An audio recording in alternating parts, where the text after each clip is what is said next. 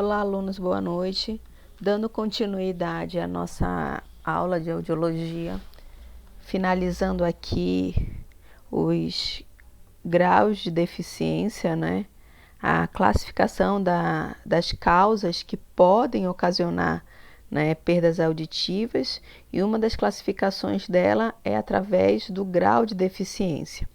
Né? Nós já vimos em sala de aula os graus de deficiências do adulto, tanto pelos autores Lloyd e Kaplan, como o de Davis e Silverman. Então, agora nós vamos verificar como é que se dá a classificação, né, em crianças. A avaliação do grau da perda auditiva em crianças e adultos é diferenciado. Por quê? Porque a criança ela precisa ter uma sensibilidade auditiva muito mais aguçada para que ela possa desenvolver corretamente as pronúncias corretas dos fonemas. Então, uma alteração, mesmo que seja discreta na criança, principalmente na primeira infância, quando ela começa a desenvolver o quadro fonêmico, né, que é ali a partir de 1 ano até 4 anos e meio, quando existe a formação do aprendizado de todo o quadro fonêmico, qualquer alteração mínima na condução desse som pode cursar com uma alteração no desenvolvimento da fala dessa criança. Por isso que o grau de perda auditiva para as crianças até 7 anos ela é diferenciada. Então, o que a gente espera do limiar auditivo para as crianças? Normal, de 0 a 15 decibéis.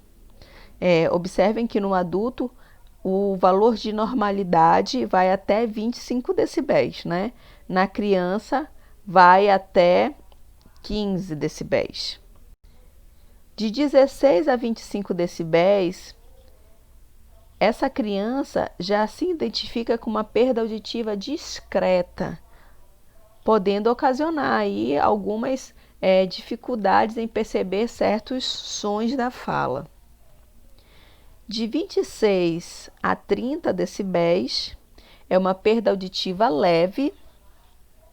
De 31 decibéis a 50 decibéis já é considerado uma perda moderada.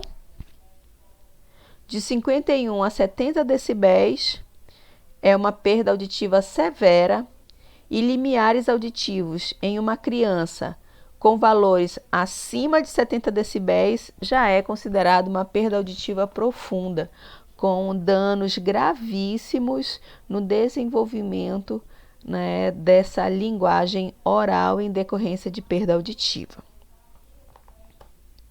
Agora, nós vamos iniciar o processo de aprendizado de como nós vamos determinar os limiares auditivos tonais por via aérea e por via óssea, ou seja, como nós vamos realizar o exame auditivo chamado audiometria tonal. Qual é o objetivo do exame audiometria tonal limiar?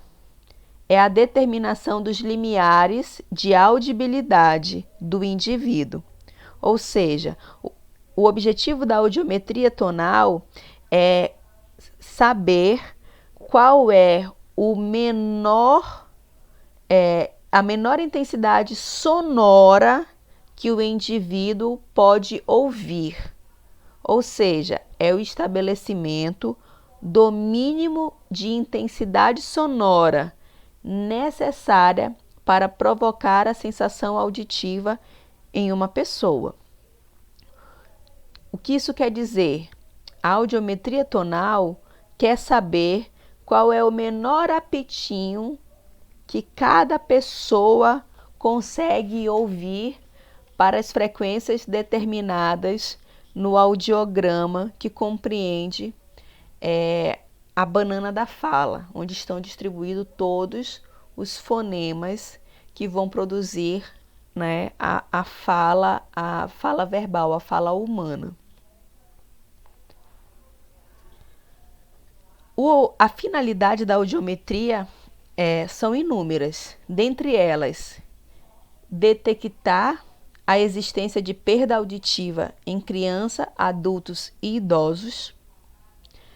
A audiometria tonal, ela também vai auxiliar no topo diagnóstico das lesões auditivas, descobrindo, observando, sabendo onde se encontra as perdas auditivas, se são nas estruturas da orelha externa, orelha média ou orelha interna, tá? Fornecer dados para indicação de aparelho de amplificação sonora individual, ou seja, é a partir da audiometria tonal que o indivíduo pode ser protetizado para que ele consiga perceber, através dessa amplificação do som, os sons da fala e do ambiente.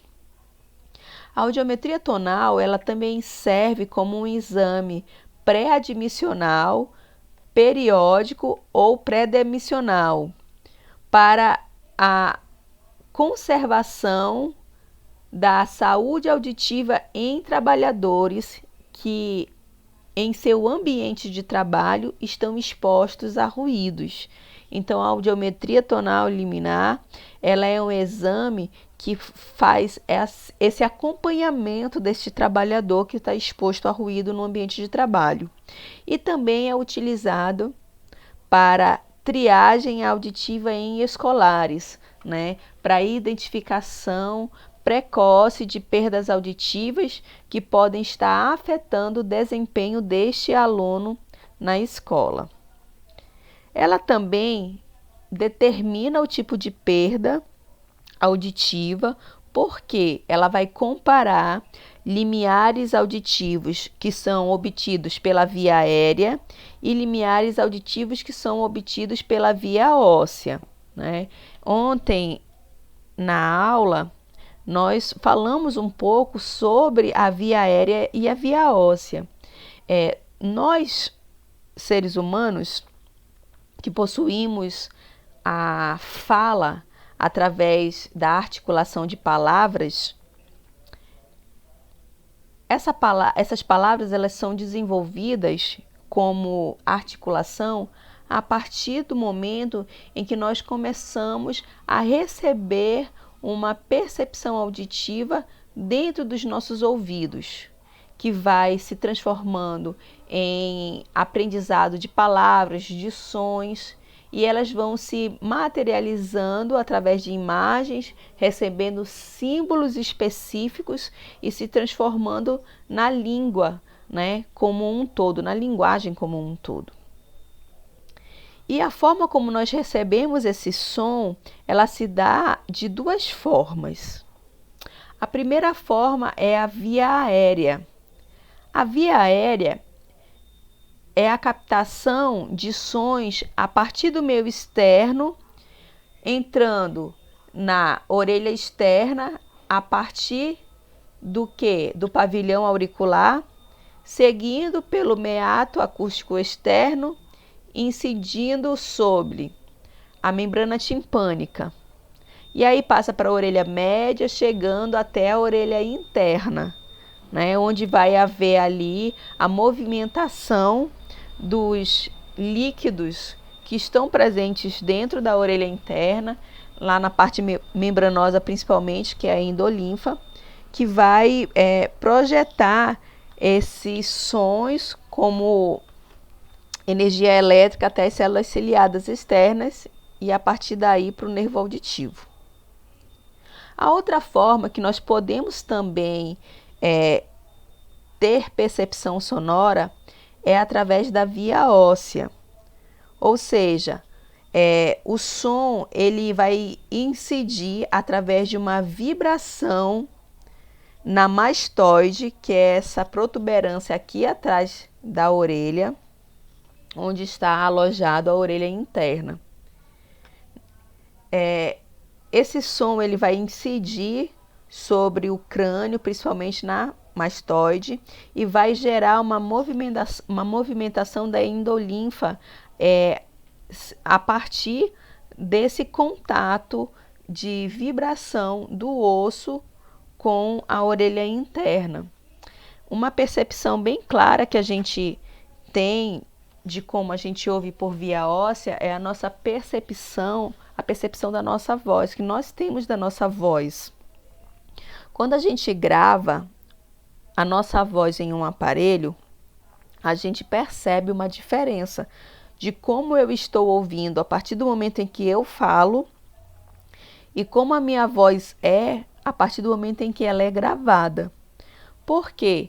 Porque quando a gente fala, a gente tem a percepção pela via aérea, ou seja, o som da nossa fala, ele chega até os nossos ouvidos também através da via aérea, mas nós ouvimos também muito a partir do processo de via óssea, ou seja, dessa percepção interna que nós temos do som, a partir do que? Da vibração direta do crânio. Então isso nos dá uma percepção diferente da nossa voz, porque a gente pode ouvir por fora como também por dentro, tá? Outra finalidade da audiometria tonal é determinar a magnitude da perda. O que significa dizer qual é o grau de comprometimento desta perda auditiva na audição desse indivíduo, através dos graus de deficiência, né, que pode ser leve, moderada, severa, profunda, moderadamente severa, dependendo do autor que é escolhido ali para seguir, tá? Ela também determina a presença de perda funcional quando a gente compara os limiares da audiometria tonal com outro exame que é de reconhecimento das palavras, que a gente vai chamar de logoaudiometria, que também é uma audiometria, mas que usa palavras em vez de apitos, tá?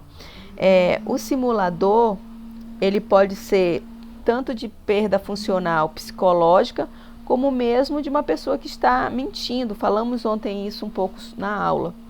E a gente, na audiometria tonal, pode-se ali apresentar uma perda auditiva, apesar que não existe consistências na resposta desse indivíduo. Mas você observa que para alguns sons ele passa despercebido. E aí, quando a gente realiza a logoaudiometria, a gente observa que existe uma melhora significativa para a percepção da fala do que para o apito, podendo indicar que essa pessoa está simulando uma perda auditiva, que pode ser por motivos diversos, tá? Outra finalidade da audiometria tonal é monitorar a efetividade da intervenção médica pré e pós tratamento. Cirúrgicos, no caso de alterações de rompimento de membrana timpânica, onde é realizado uma cirurgia, né, que vai reconstruir o tímpano. E a audiometria tonal, ela pode ser um exame utilizado para verificar a eficiência dessa intervenção. Por quê? Quando a membrana timpânica estava com uma perfuração, esse indivíduo ele tinha uma alteração auditiva condutiva.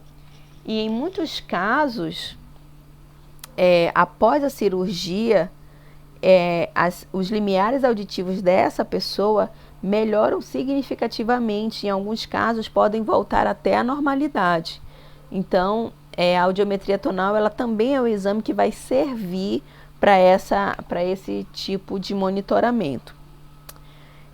Ela também prediz o handicap auditivo e a habilidade de reconhecimento fonêmico, né? Ou seja, nos casos de quanto de benefício com a amplificação sonora, ou seja, com o aparelho auditivo, esse paciente recebeu, né, ganhou com a adaptação da prótese.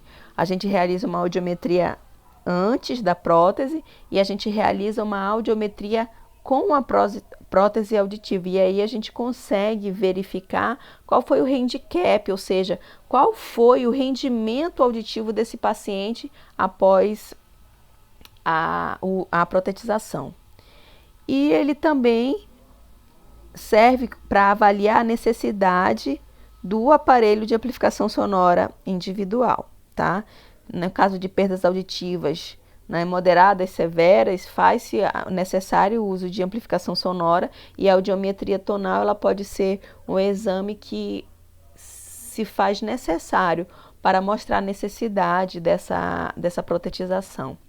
A audiometria tonal ela é considerada o exame padrão ouro da audiologia.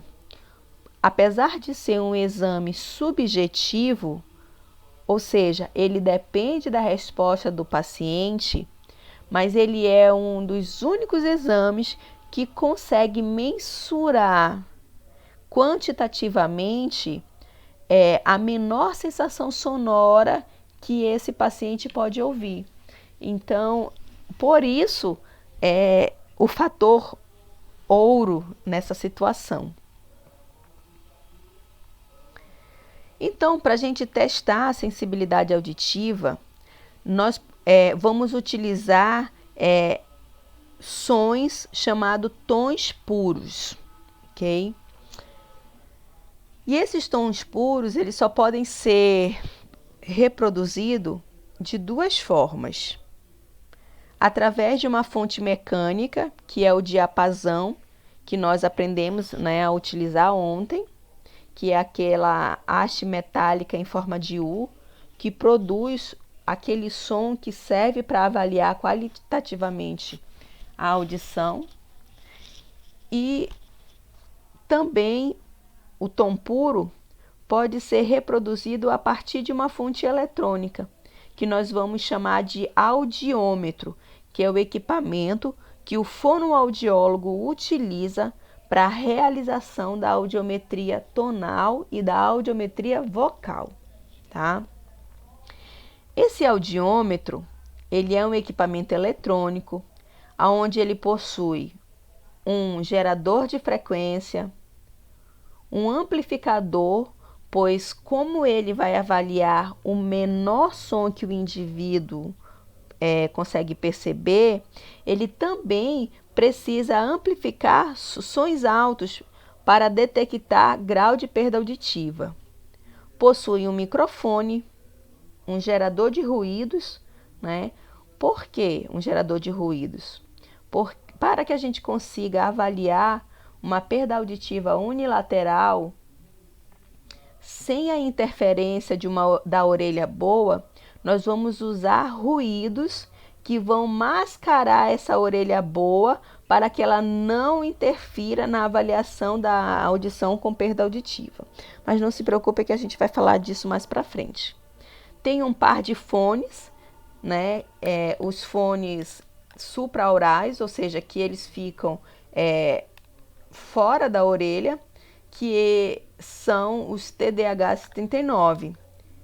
Também pode ser utilizado fones de inserção. Inclusive, os fones de inserção, eles produzem uma sensibilidade mais aguçada para a realização da testagem de sensibilidade auditiva. E um vibrador ósseo, para que possa estimular a orelha interna na presença de perdas auditivas, para que a gente saiba que tipo de perda é, tá? Esse equipamento, o audiômetro, ele precisa ser calibrado, tá? Conforme normas internacionais que vão definir padrões de sensibilidade para esses equipamentos, para que seja fidedigno essa avaliação da percepção auditiva. Aqui nós temos a imagem de alguns audiômetros, mas existem inúmeros, ok? Eles são todos não são brasileiros, eles são de fora, internacionais, são equipamentos excelentes, né? Um dos mais utilizados no Brasil são os da Interacústica, equipamentos de alto padrão de qualidade, né? Mas também são equipamentos, vamos dizer assim, que são caros. Nós temos aparelhos audiômetros produzidos no Brasil também, né? São audiômetros que são muito utilizados para a audiometria ocupacional, que são audiometrias que são realizadas dentro do ambiente de trabalho, tá? São audiômetros mais simples, que eles servem mesmo para a realização da triagem auditiva.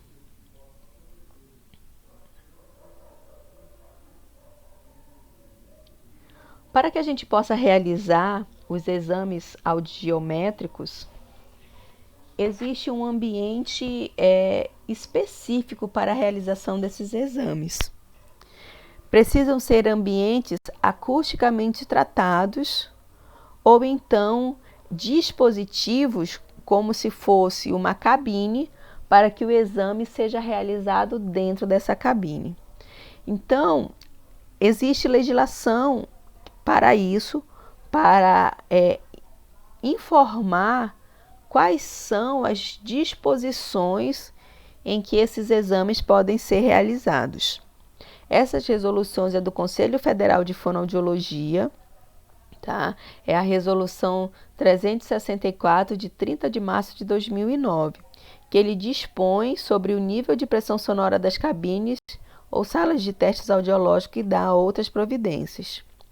Nessa resolução, ele fala que o ambiente acústico para a realização de avaliações audiológicas devem atender os níveis estabelecidos pela norma ISO 8253, que são parâmetros internacionais, em que cita que essa cabine ou esta sala, ela precisa ter um tratamento acústico que não permita que sons externos afetem tanto a qualidade do exame auditivo, ok? Sendo que o ruído, ele pode interferir nos resultados audiológicos daquele paciente. Por isso que esses exames devem ser realizados, tá? O exame audiométrico em cabine audiométrica, tá? Respeitando sempre os limites máximos de pressão sonora conforme as normas da ISO, ou então, na ausência de cabine audiométrica, uma sala acusticamente tratada pode também ser realizada para avaliação das audiometrias, tá? Aí aqui nós temos algumas imagens, né, de cabines acústicas. Elas podem ser pequenas, medindo 1 por 1,5 de altura. Essas cabines normalmente elas são utilizadas para audiometria ocupacional, porque ela é toda desmontável e aí nós montamos lá no ambiente de trabalho. Existem cabines fixas, que elas são cabines maiores, normalmente de aço inox, e elas são todas revestidas por dentro com materiais isolantes, né, de som. Normalmente existem cabines maiores, onde vão ser realizados alguns exames específicos, como a audiometria de campo livre, onde a gente não faz a utilização de fones no ouvido do paciente. Nós usamos caixas acústicas que ficam disponíveis dentro dessa cabine audiométrica, né? E essas cabines é que vão emitir o som que vai ser percebido pelo paciente. E aqui nós temos uma imagem de uma sala acusticamente tratada, em que o exame audiométrico ele pode ser realizado aqui, tanto utilizando fones auditivos como caixas, né, espalhadas pelo ambiente. A diferença é que essa aqui, tanto o avaliador quanto o paciente estarão dentro da cabine, ok? Deixa eu ver o que mais a gente pode falar aqui.